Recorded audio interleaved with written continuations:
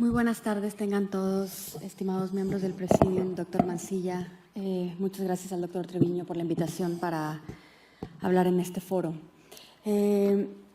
Pues ya escuchamos del doctor Iseki, del doctor Belomo a través del doctor Treviño acerca de la parte epidemiológica, cómo la hiperuricemia se asocia con progresión de la enfermedad renal crónica y acerca de los estudios que se han hecho para ver si el tratar el ácido úrico previene o no la progresión de la enfermedad renal.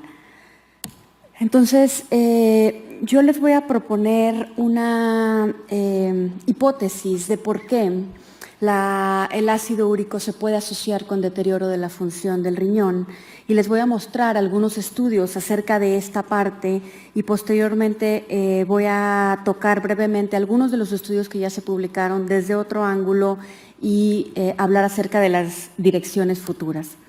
Entonces, creo que, y perdón, las diapositivas están en inglés porque pensé que fue por el doctor Iseki, porque iba a haber otros miembros de la audiencia que hablaban inglés.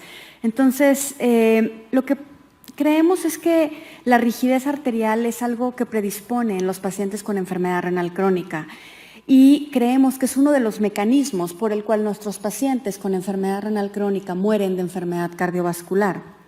Y como lo mostró el doctor Iseki y les voy a mostrar yo, el ácido úrico se asocia con rigidez arterial. Entonces, lo que hemos estudiado últimamente es en realidad si la rigidez arterial pudiera ser aquel vínculo entre el ácido úrico y la enfermedad renal crónica.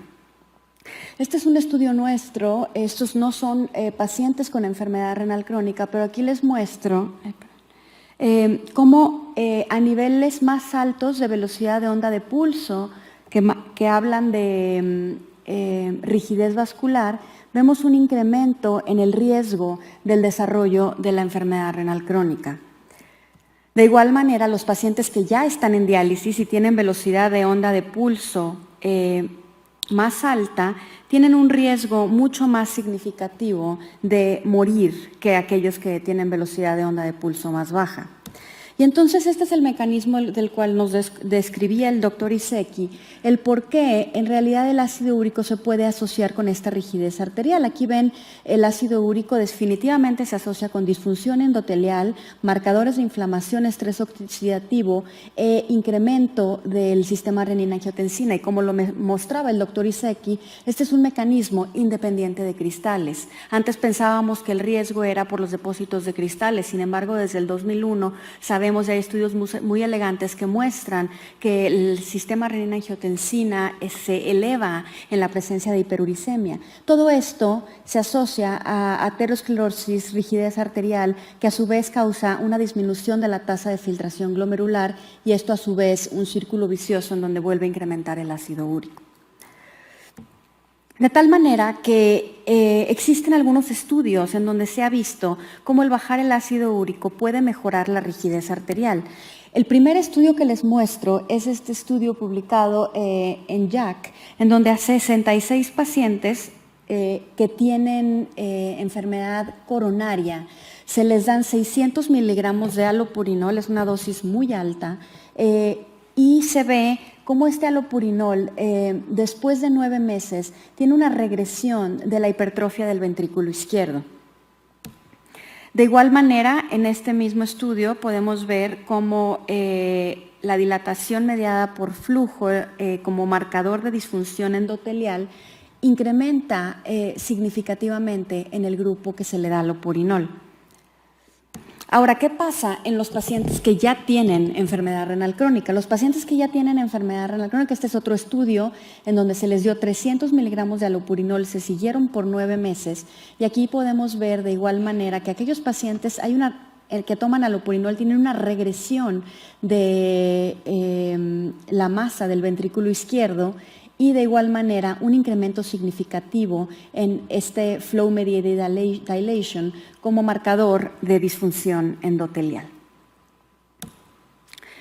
Y aquí podemos ver de igual manera que incrementan el flow mediated dilation en aquellos pacientes que tienen alopurinol y disminuye el índice de augmentación, que es un marcador, como ustedes saben, de rigidez vascular.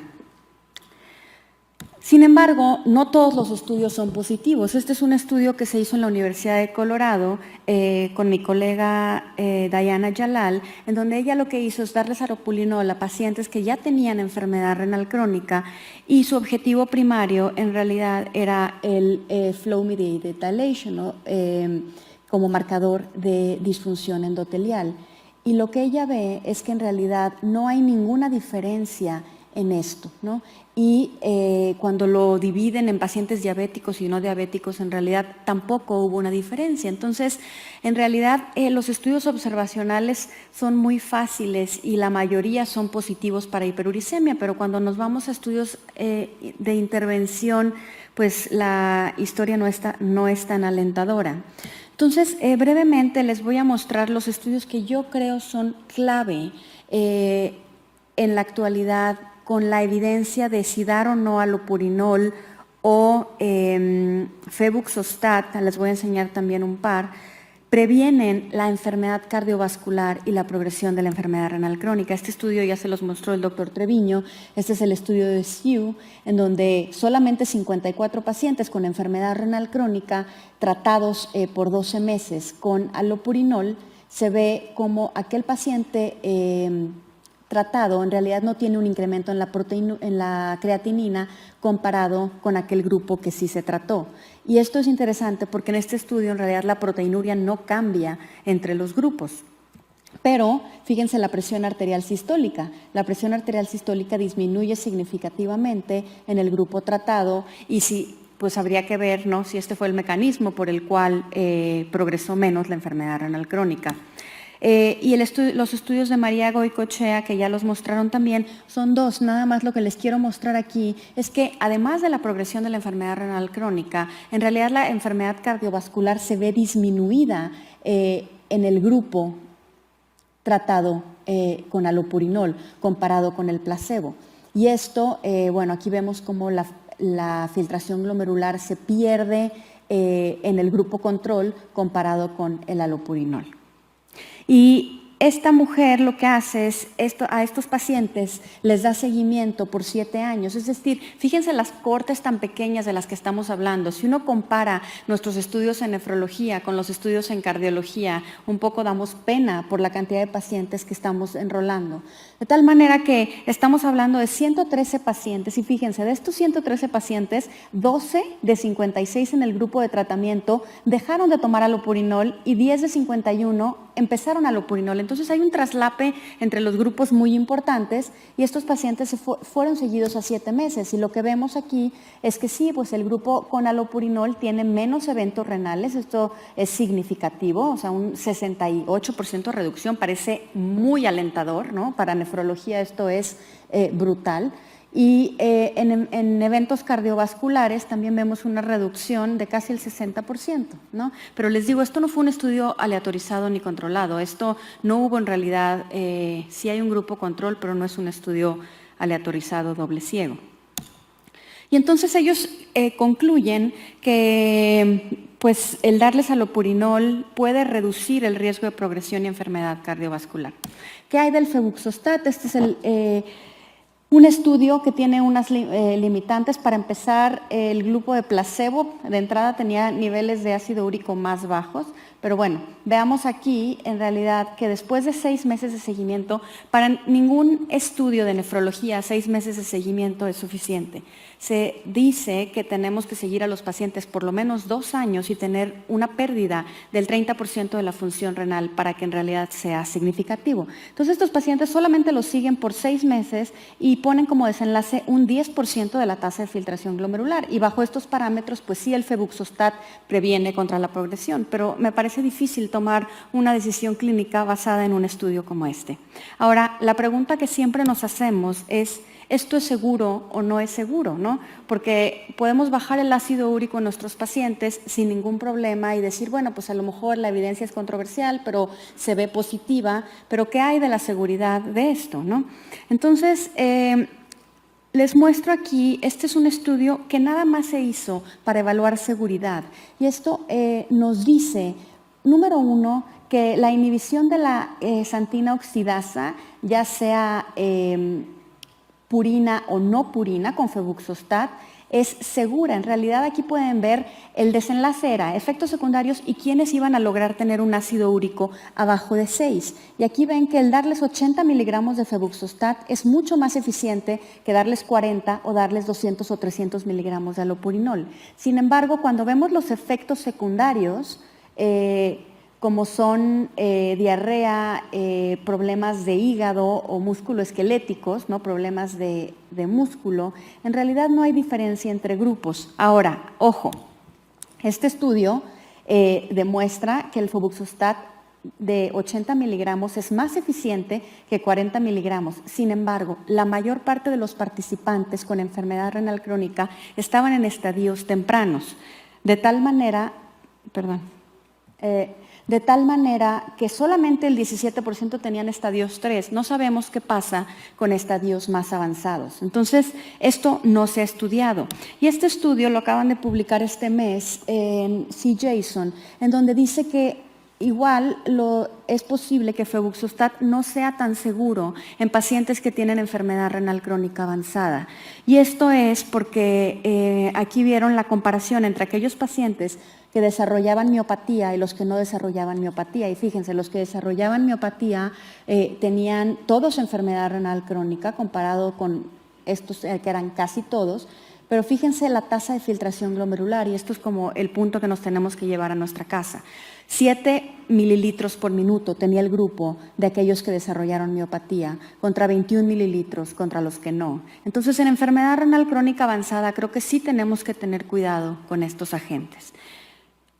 Entonces, en conclusión, no existen estudios aleatorizados y dobles ciegos que evalúen si el bajar el ácido úrico mejora los desenlaces duros. Acuérdense, este estudio que les mostré de Goicoechea, no hay placebo, hay mucha traslap entre grupos, ¿no?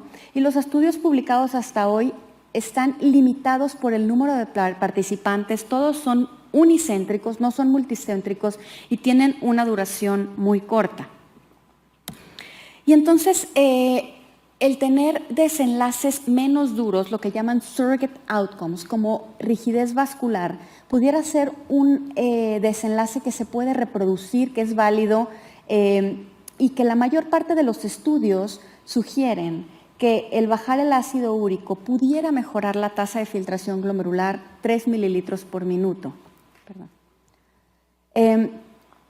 Pudiera mejorar la mortalidad cardiovascular, pero esto, como les digo, la evidencia es muy limitada. Hay problemas con estos estudios porque la manera en que miden la presión arterial durante estos estudios y cómo la reportan después de haber estudiado todas estas publicaciones es un poquito compleja, ¿no?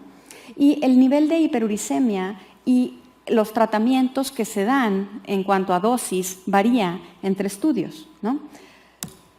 ¿Cuáles son los estudios que se están llevando a cabo? Yo creo que este es el estudio más grande, el CKD-FIX. Este es un randomized controlled trial of slowing kidney disease progression from the inhibition of xanthine oxidase. Es un estudio australiano en que nosotros también estamos participando en nuestro centro y se están aleatorizando 620 pacientes con estadios 3 y 4 para ver si el allopurinol disminuye la progresión. Y este estudio se va a seguir a 2 años. El otro estudio es este estudio japonés que se llama FEATHER, Febuxostat versus Placebo Randomized Controlled Trial Regarding Reduced Renal Function in Patients with Hyperuricemia Complicated by Chronic Kidney Disease Stage 3. De igual manera, estadios más avanzados, este es un estudio multicéntrico, doble ciego, aleatorizado, en donde van a incluir 400 japoneses. Les van a dar 40 miligramos de febuxostat por 108 semanas y van a ver a los slopes. Slopes es ahora ver diferentes puntos de la tasa de filtración glomerular durante el tiempo para ver cómo es la caída o la progresión. Y finalmente este que ya se había comentado, que es el estudio PEARL, que es solamente en diabéticos tipo 1. Perdón, esto no es 60, son 600. Y también la ventaja que tiene este estudio es que están midiendo tasa de filtración glomerular. Y esta es mi última diapositiva, aquí paro para el foro. Gracias.